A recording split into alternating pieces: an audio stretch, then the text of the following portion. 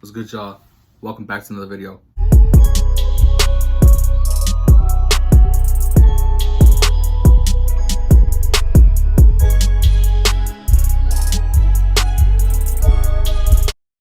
Now here is not a reaction, but if y'all see the title to this video, this one here is 5 most haunted places in Chicago explained by a ghost expert and a historian. I've been wanting to do something like this. I've been wanting to go to ghost places, you know what I mean? Places that supposedly people seen ghosts or experience something like I don't know, just any type of scary shit, you know what I mean? I've been just before I used to go to cemeteries with my brother and our friends. We used to do that shit just because we were bored and shit. There's just one place out here that I fuck with. I might go this summer. Stay tuned for that shit. So turn on post notifications. Follow me on my social media because I will be posting that on there. If you are new to the channel, I'm Royalty. Subscribe, turn on post notifications, like and share this video. Comment down below what you guys want to see on this channel. I post every single day. Turn on post notifications so you never miss a video. So come like this video. Actually, let's get 10 likes. But yeah, let's get to it. 5 most haunted places in Chicago explained by a ghost expert and a historian. So let's go. It's better be some scary shit too. Let me know if you guys have been to any of these too. Tragedies in Chicago's Comment history, below. The largest loss of life. What it looks like they're doing is screaming. Room 441. Bodies had a tendency to pop up out of the ground. I'm Mark Seaton. I work as a tour guide for Chicago Hauntings. Lincoln Park. My name is Bill Savage. I teach Chicago literature, history, and culture in the English department at Northwestern University and at the Newberry Library of Chicago. The idea of being haunted by a ghost. Usually something horrible has happened there, from what I've at least encountered. My perspective on these haunted places is of a scientific rationalist. Chicago's haunted by lots of things that are kind of invisible or hidden or not thought about, but they're more larger I don't give a fuck. historical events and socioeconomic realities. Marina There's City. been reports, definitely between the 60s and 70s, of horrible deaths that have happened there. There's a few construction workers who died while they were building it. A few of them plunged to their deaths. What? There's also been a few suicides that have happened inside Marina City. A couple of murders that have happened there as well. Y'all should know where There this was is a at. young woman I know who where was it's stabbed at. to death. A man who shot his mother and then he killed himself. But one of the things that gets to be bizarre about it is that out of all these reports, they've all happened in the East Tower. The question is what's going on in the East Tower that causes all this strange phenomenon to be happening. I actually want to go to those towers. I want to go on the very top. I like to look at shadow views. figures inside the towers. There's also reports of having cold spots inside the tower, people feeling bouts of depression. Marina City is concrete, literally, concrete evidence of the racism and white flight that shaped so much social policy in this city in the 40s, 50s, I gotta 60s, go there. and 70s. Think about the name of the place, Marina City. It was designed I know to y'all be actually want to a see that. self-contained city within Let's the make city, that happen. so that white middle-class people Let's would have get somewhere 40 safe likes to on live. this. The fact that And you I'll could go live to in it. that building, park your car in that building, do all your shopping in that building, and never have to leave it. You're not in one of those changing neighborhoods on the south or west sides where white flight was happening due to white racism. What? Obviously, one of the great tragedies in Chicago's history, the largest loss of life at a single incident in the history of the city. The Eastland was a boat. It was about the size of a mini cruise ship.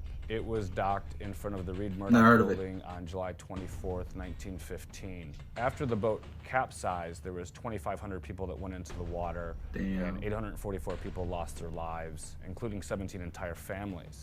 Nobody famous was on that boat. Nobody famous died, unlike the So? Titanic.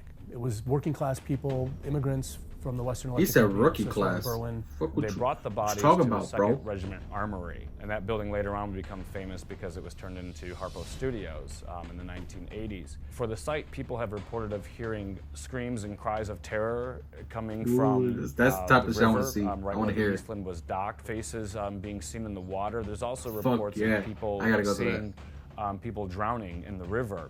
Harpo Studios, where Harpo Studios was, they tore it down last year. There's reports of seeing ghosts and apparitions 3 years ago. inside Harpo Studios. The most popular one was the Gray Lady, who they believe was one of the victims at the Eastland tragedy. What I think should really haunt Chicagoans about that disaster was how long it was ignored and covered up. For almost a century, most of official Chicago ignored that event. It didn't reshape any policy. Unlike the Iroquois Theater Fire, which helped create safety standards in public buildings where you have panic bars, other tragedies in the city They should have those all the reshaped- time. literally reshaped the world and how we relate to one another in space. Prairie Avenue. The That hauntings sounds that familiar. take place there is mostly associated to the Glasner House. It's haunted by the architect, Henry Hobson Richardson. When he first designed the building, he never got to see the actual house completed, but there have been reports that people have seen Damn. his ghost inside the house. Also over at Prairie Avenue is where the Fort Dearborn Massacre took place. Back in Oh, yeah, you're gonna have 1812. hell of In the that show 1980s, going there was a on. construction crew that came through and they started doing some digging. They were doing some road Probably work, found bones. and they ended up unearthing the bodies to the Fort Dearborn Massacre. And ever since then, That'd there's be been reports that'd be a scary thing to of, find. spirits and apparitions popping Bodies. up in the area. More specifically, people have stated of seeing these ghosts running, and what it looks like they're doing is screaming. Prairie Avenue was a Fuck that. prime example of first neighborhood being built up by the rich and being an opulent place. The big industrialists in the city had their mansions down there. When the north side Yeah. became more fashionable, when the Palmers moved north, that area in the near south side was abandoned. And it became part of a vice district, part of basically a ghetto and a slum. And that deterioration, that class Said ghetto. movement across the city is something that I think should be paid more attention to.